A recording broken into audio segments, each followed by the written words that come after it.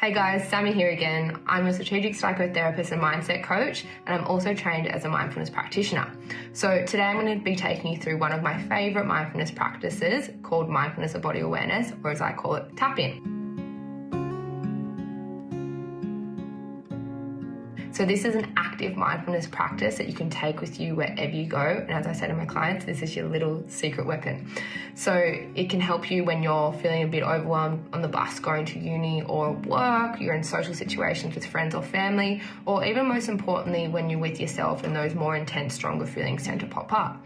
So for a lot of us, we can condition or categorize emotions into good or bad, right or wrong. So as I say to clients, we've got to remember that we are conditioned and we are entitled to experience all ranges of emotions as it's a human experience. But over time, we've learnt to build associations with certain feelings being worse or better or right or wrong. So what we have to remember is our emotions are our signs and signals helping us to understand how our experience is actually making us feel.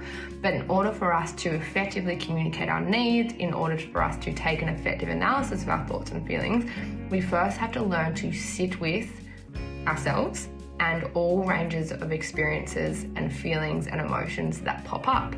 So often or not, when those more intense feelings such as stress, overwhelm, or anxieties tend to pop up, to go too hard and then go outward to feel other than what we do.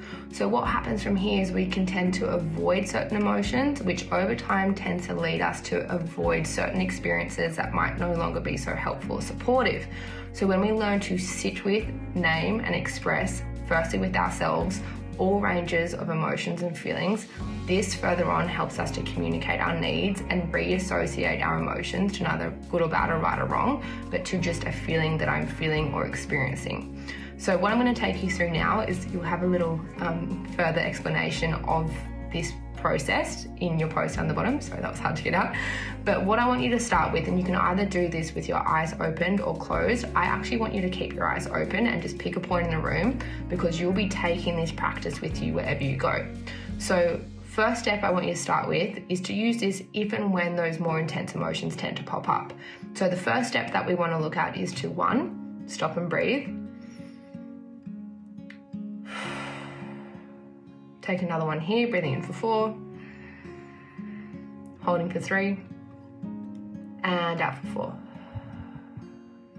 And then what I want you to do is just take a mindful scan of the body and just notice where that emotion or feeling may be radiating from the strongest.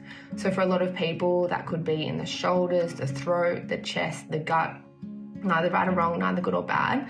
I just want you to become curious around where this feeling is radiating from. And then from there, I want you to direct that breath to the point in your body where the feeling is radiating from the most. So again, breathing into that point and breathing out. So that's our T. We are tuning in and using that breath with the intention to create space. So I want you to breathe into the sides of the body, the front and the back of the body around that feeling. And again, begin to notice everything other than that feeling. The next step, as you continue with those breaths, breathing in low, slow and deep, is to just ask and accept.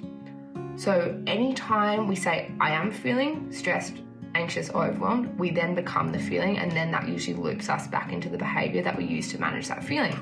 So what we want to change this to is from I am to I am aware that I'm feeling, I am aware that I'm experiencing. So the difference here is this helps us to disidentify and create space between ourselves and that feeling, as if we are seeing or feeling that feeling for the first time, because this helps us to disidentify from our past and give this feeling a new and more supportive meaning in our present. So the P is to prepare by breathing in low, slow and deep.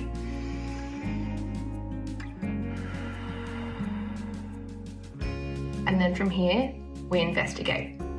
Is this feeling actually relevant to me now? And again, with observation and curiosity, or is this emotion actually an assumption from my future, a response to a what if, or a reflection of something I'm thinking about from my past? So again, just name it without attachment or judgment. Final step is to negotiate. Is my best step to react to and judge this feeling? or is it to breathe a little deeper, acknowledge this feeling and focus on that one simple next step that I can take. So again, going from last week, we want to take and give that emotion an action in our present. So we want to go from rumination to an action. So again, that what if into what can I do? So again, I want you to go have a play with this task. Again, it will be summarized in the post below. And again, if you need to listen to this once more, just go over this post again. But this whole goal is for us to learn to disidentify from our emotions, learn to give them a more supportive meaning in our present, which helps us to communicate our needs and sit with and express all ranges of feelings. Have a good day.